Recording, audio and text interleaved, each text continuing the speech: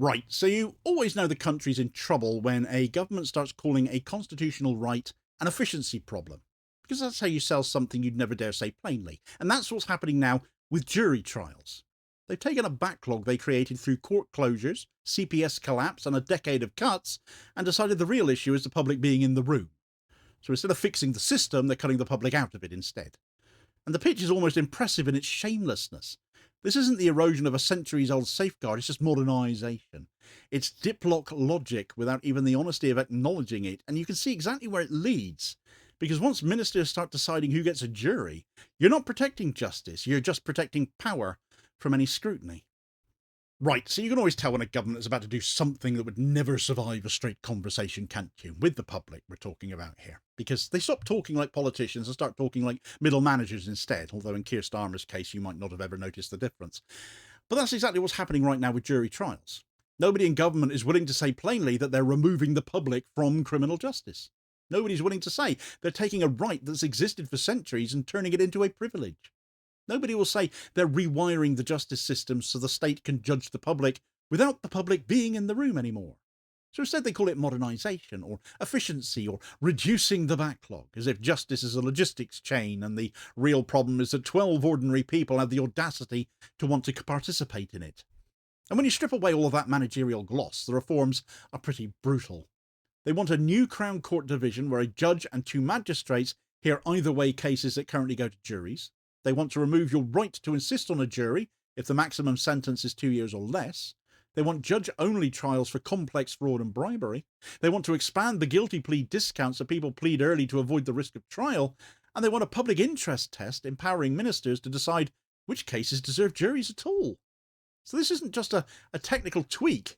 It's a constitutional shift disguised as a scheduling exercise. The justification that we're all being told about, though, that's being made to us, is this backlog, though, aren't there? There are roughly 80,000 cases waiting in the Crown Court, and ministers want you to believe the juries are the cause of that. But if that were true, the data would show a system delayed by jurors, not a system delayed by the government. The real reasons are obvious, and they are well documented. Court closures, caps on judicial sitting days, a CPS so understaffed these days it regularly fails to serve evidence, and legal aid so gutted that people are turning up to court with no representation and no ability to navigate the system. That's your backlog. It's political neglect wearing a wig. And instead of repairing the damage, the government has decided to redefine the problem as the existence of public oversight. It's all of our fault. And this is where your alarm bell should start ringing, therefore, because jury trials are more than just a tradition. They are the one part of the criminal justice system that doesn't belong to the state. Police belong to the state. Prosecutors belong to the state as well. Judges work inside the state's architecture. Magistrates too. But juries are the moment where power has to step outside its own echo chamber and prove its case to people who don't accept institutional assumptions, the likes of you and I.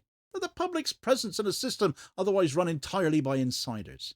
And if you want to know why governments find juries inconvenient, well, the answer is pretty simple, isn't it? Juries don't automatically believe the official version of events. You only need to look at the conviction rates to see the difference. Magistrates convict far more often than juries do. Not because they're biased, but because they work closely with the police and the CPS. They hear the same narratives every day and absorb the culture of those institutions around them. That's how systems work. People become aligned with the environment they operate in. Juries don't have that alignment. They bring their lives into the room. Their skepticism, their common sense, their instinct for proportion. And that's exactly what the government wants less of. Because once you strip juries out of thousands of cases, you create a justice system that's easier for the state to run and harder for ordinary people to defend themselves in. And the expanded guilty plea discount only tightens that screw. A 40% sentence reduction for pleading guilty early is being sold as efficiency. But everyone who's ever been near a court knows what it really is. Pressure. If you're poor, if you're young, if you're from a racialised community, if you can't gamble on the risk of a harsher sentence, you take the deal even when you're innocent, don't you? And the government then points to the rising guilty plea statistics as proof of their reforms are working.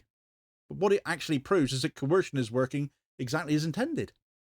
And here's the part politicians pray the public never notices. This country has done all of this before. There's historical precedent for this. It wasn't called modernisation back then. It was called an emergency, though. In 1973, the government removed juries in Northern Ireland for terrorist-related cases. They said it was temporary. They said it was exceptional. They said it was necessary. And the Diplock system, as this was called, lasted for 34 years. The list of offences expanded. Cases with political edge slid into the non-jury stream. Miscarriages of justice mounted. Public trust collapsed. And when the Good Friday Agreement finally dismantled that system, it did so explicitly because non-jury justice corrodes legitimacy. And even then, the state kept the ability to hold non-jury trials whenever it claimed a risk of jury intimidation. So that's the lesson here. Once you create a mechanism for the state to remove juries, the list of qualifying cases grows. Exceptions become precedents. Precedents become norms. Norms become defaults. Before you know it, jury trial is something that exists in theory but barely functions in practice. That's not speculation. It's what happened the last time British governments created a non-jury model. And this is why the public interest test might be the most dangerous part of the entire package, because when the executive decides who gets a jury trial stops being a right. It becomes an allocation. It becomes a privilege granted to the cases ministers think deserve it. Once that principle is accepted, everything becomes contestable. Protest can be reframed as low-level disorder. Criminal damage can be defined as minor. Possession charges can be categorised as simple. Public order cases can be pushed into the non-jury pipeline with a single change to guidance, and the government will claim it's all rational and proportionate because they've redesigned the system to make their own choices look like neutral administration. And when you then look at who gets charged with these offences, the politics becomes impossible to deny. It won't be wealthy defendants losing their right to a jury, will it? It won't be corporate offenders, will it? It won't be people with legal teams who can challenge every disclosure failure. It'll be working class communities, especially racialised ones. It'll be young defendants already over-policed. It'll be protesters. It'll be people the system has historically treated with suspicion. And those are exactly the people for whom juries are most protective, because jurors understand the difference between an offence and an injustice. Judges and magistrates understand the difference between an offence and a precedent. Those are not the same thing. And even if you wanted to take the most charitable view imaginable, if you wanted to believe the government's intentions here are entirely clean, the structure itself still creates the danger, because in a country with a written constitution, you could challenge the reforms. You could appeal on the grounds of entrenched rights. But the UK has none of that. No constitutional court, no entrenched guarantees, no higher law protecting jury trial. Rights exist here because governments choose not to remove them. And when a government finally decides it wants to remove one, there's nothing in the constitutional architecture that can stop it besides political resistance, and they're counting on that resistance not materialising. And the silence right now is telling. Civil liberties groups have raised alarms, but the reaction is nowhere near the scale you'd expect for something this fundamental. Trade unions are disgustingly quiet.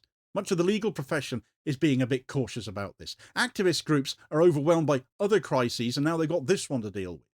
And because it's a Labour government doing this, too many people assume it must be a reasonable thing to do. But rights don't care which party takes them away from you. The loss is the same. The consequence is the same. And future governments will inherit this power whether you trust them or not. And this is the part the government won't say out loud. Once you hollow out jury trial, you hollow out public legitimacy. Jury service connects the public to the justice system in a way nothing else does. It gives people a say. It gives the system credibility. It forces the state to justify itself. Remove that, and courts become opaque spaces where insiders decide outcomes without external pressure.